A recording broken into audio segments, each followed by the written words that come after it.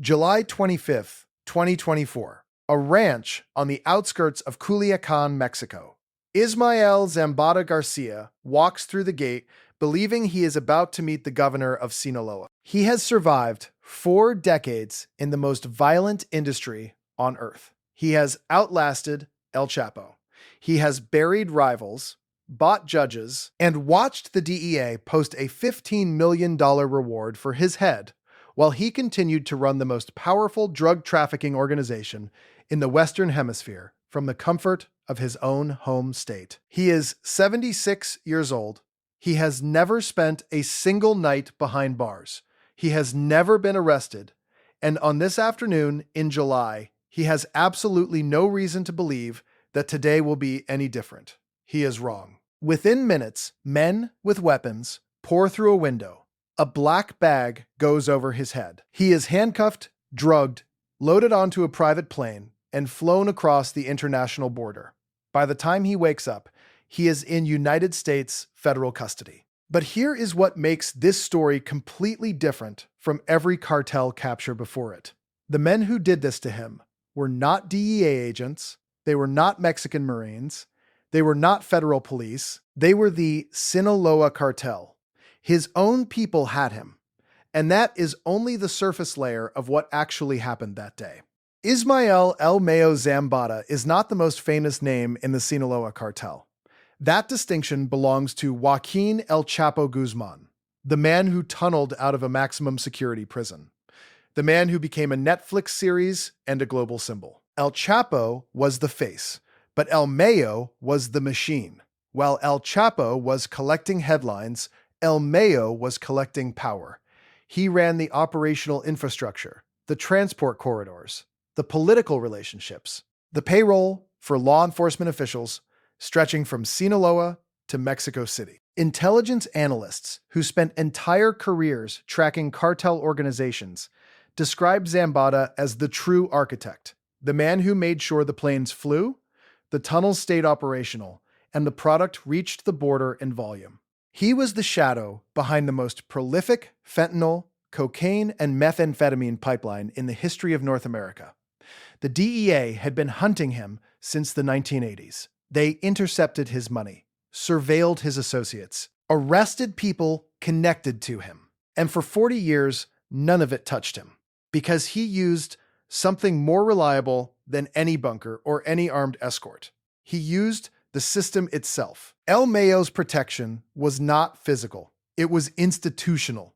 For decades, he cultivated relationships inside the Mexican political and military apparatus with surgical precision. Investigators and journalists documented payments flowing to local police commanders, state officials, and federal contacts at levels that effectively made him untouchable within his own state. He did not hide in a cave.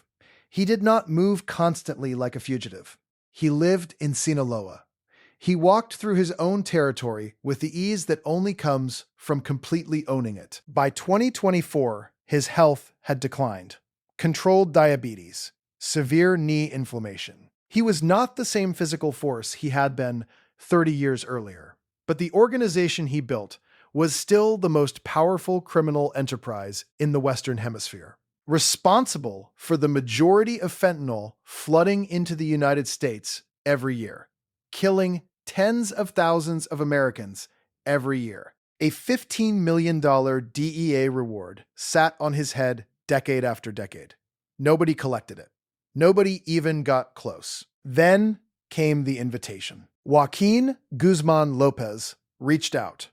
El Chapo's son, one of the 4 Guzman brothers, collectively known as Los Chapitos, who had taken over their father's faction of the Sinaloa Cartel after El Chapo was extradited in 2017 and sentenced to life in 2019.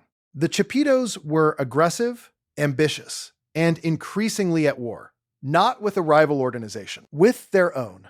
A slow-burning power struggle had been building inside the Sinaloa Cartel for years between the Chapitos and El Mayo's forces, sometimes called La Mayiza. 2 wings of the same machine, 2 visions of who controlled what, and Joaquin Guzman Lopez had a plan to end it. He would deliver El Mayo to the United States In exchange, he wanted a deal. The cover story was simple. El Mayo was told he would be meeting with the governor of Sinaloa, a quiet political meeting at a ranch outside Culiacan. The kind of meeting El Mayo had conducted for decades. Nothing about the invitation should have triggered suspicion. He arrived, he was walked inside, and then the trap closed. According to court documents later filed in federal proceedings, armed men entered through a window. No warning, no negotiation. El Mayo was physically seized and handcuffed. A black bag was thrown over his head. He was moved to a vehicle, driven to a waiting aircraft, and loaded aboard while restrained. Once on the plane, he was administered sedatives. He was zip-tied. He was unconscious or barely conscious when the aircraft crossed the border and touched down at a small airstrip in New Mexico, where American federal agents were already standing on the tarmac. By the time Zambada was coherent enough to understand where he was, the handover was complete. The most elusive drug lord in the history of North America was in United States custody. Joaquin Guzman Lopez stepped off the same plane and surrendered immediately. He had arranged all of it. He had done what no DEA surveillance team, no Mexican military operation, no satellite program, no informant network, and no task force had managed to do in 40 years. He had handed over El Mayo, and he wanted immunity in return. But the most important part of this story did not happen on that tarmac. It happened 6 weeks later in a city that was already bleeding. DEA Administrator Ann Milgram publicly confirmed the arrests within hours. Former DEA officials described it as the most significant cartel capture since El Chapo. Mexico's government expressed outrage, questioning the legality of transporting a Mexican national across the border in these circumstances. El Mayo's attorney released a statement describing his client as the victim of a kidnapping, a violent abduction by a man he trusted. The legal position was extraordinary. One of the most wanted drug traffickers in the world was claiming victim status in a criminal court. And the claim was not entirely wrong. What happened at that ranch was, by any conventional definition, an armed kidnapping. The only complicating factor was that the victim had spent 40 years shipping fentanyl into the United States. American prosecutors were unmoved. Charges against Zambada covered racketeering, drug trafficking, continuing criminal enterprise, and conspiracy to commit murder.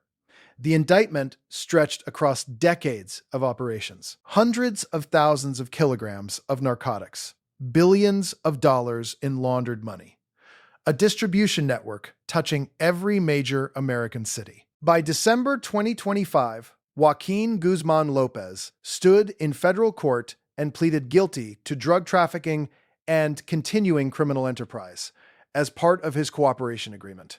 He confirmed in open court that he had arranged the seizure of Ismael Zambada.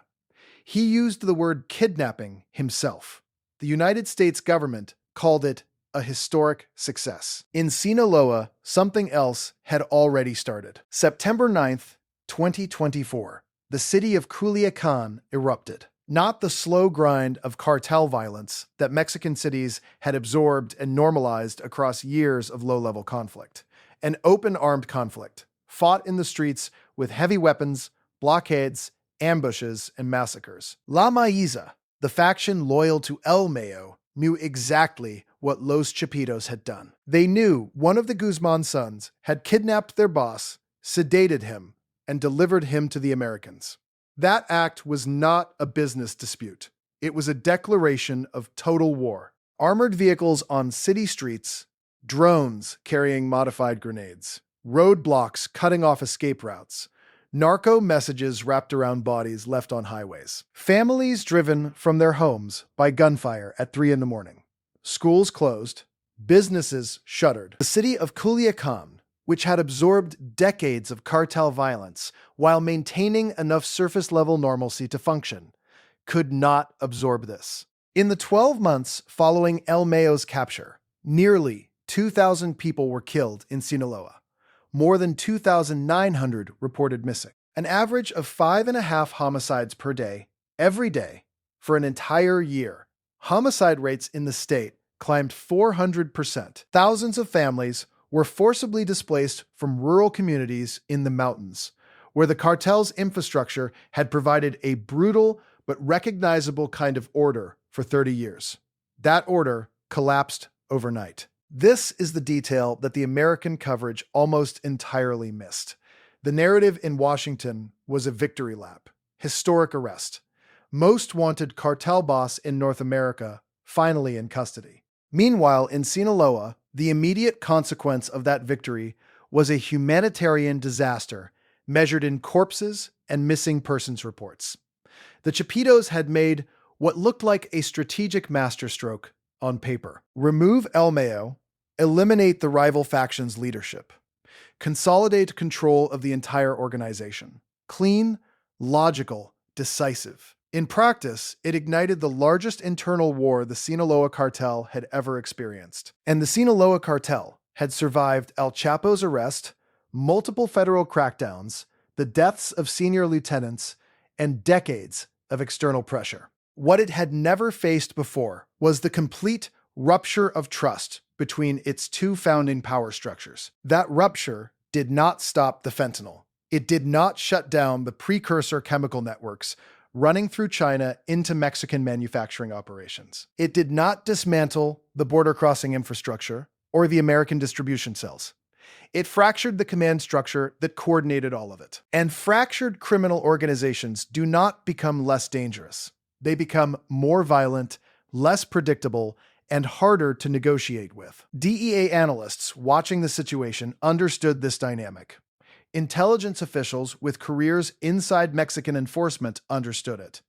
The arrests were real. The charges were real. But the drug supply into the United States continued. The deaths from fentanyl overdoses in American cities continued. The machine had lost its most important engine. It had not stopped running. El Mayo issued a letter from custody in August 2024. He described what happened at the ranch. He confirmed the black bag over his head, the handcuffs. Being told he was going to meet the governor, he accused Joaquin Guzman Lopez of coordinating the abduction with American authorities. The U.S. government denied direct involvement in the kidnapping itself. Former DEA International Operations Director Mike Vigil acknowledged publicly that American agencies were aware Guzman Lopez was planning something involving Zambada, but stated they did not actively sanction the operation. That is a distinction American legal scholars found interesting.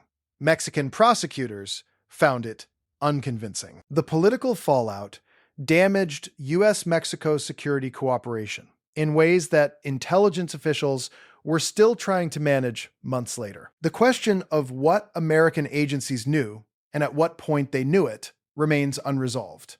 What is not unresolved is the pattern. 40 years of institutional protection, political cultivation, and operational discipline ended not because a surveillance drone cracked the right location or a task force ran the perfect raid. It ended because El Mayo trusted the wrong man. In an industry where betrayal is the leading cause of death for senior leadership, where operational security is cultivated obsessively from day one, where lieutenants are executed for suspected disloyalty, the most elusive cartel boss in modern history walked into a room arranged by someone inside his own network. That trust was the vulnerability. The bag over his head was only the mechanism. There is a pattern visible across every major cartel takedown in the last 2 decades. Technology does not catch these men. Military raids rarely reach them before the intelligence leaks.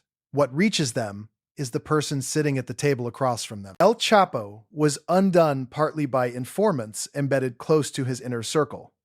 El Mayo was undone because El Chapo's own son needed a bargaining chip. The paranoia that cartel leadership cultivates across decades, the concentric rings of trusted intermediaries, the counter-surveillance routines, the operational compartmentalization, it is always insufficient in the end. Because the most dangerous threat to any criminal empire is never the federal agent outside the gate. It is the trusted ally inside the room. The Sinaloa Cartel civil war has not ended. The fentanyl supply chain into the United States has not ended. And the men now watching, learning, and adapting are not the Chapitos. The Chapitos are managing their own legal exposure and an internal conflict with no clean resolution. The men watching are the next generation of organizational architects, the ones building the next version of the Sinaloa Cartel. Flatter, more compartmentalized, harder to decapitate, more resistant to the one weapon that has now twice brought down the organization's most powerful figures. Because the lesson of El Mayo is not that the DEA finally won. The lesson is that if you are powerful enough to hold off every surveillance program, every military operation, and every enforcement apparatus for 40 years, the only thing that will ever reach you is the person you decided to trust. And the next cartel boss who learns that lesson completely may be the one nobody catches at all. If you want to understand how El Chapo's sons went from inheriting the most powerful cartel in the world to becoming the most wanted fugitives in North America, and what happened to them after El Mayo's capture changed everything, click the video on your screen right now.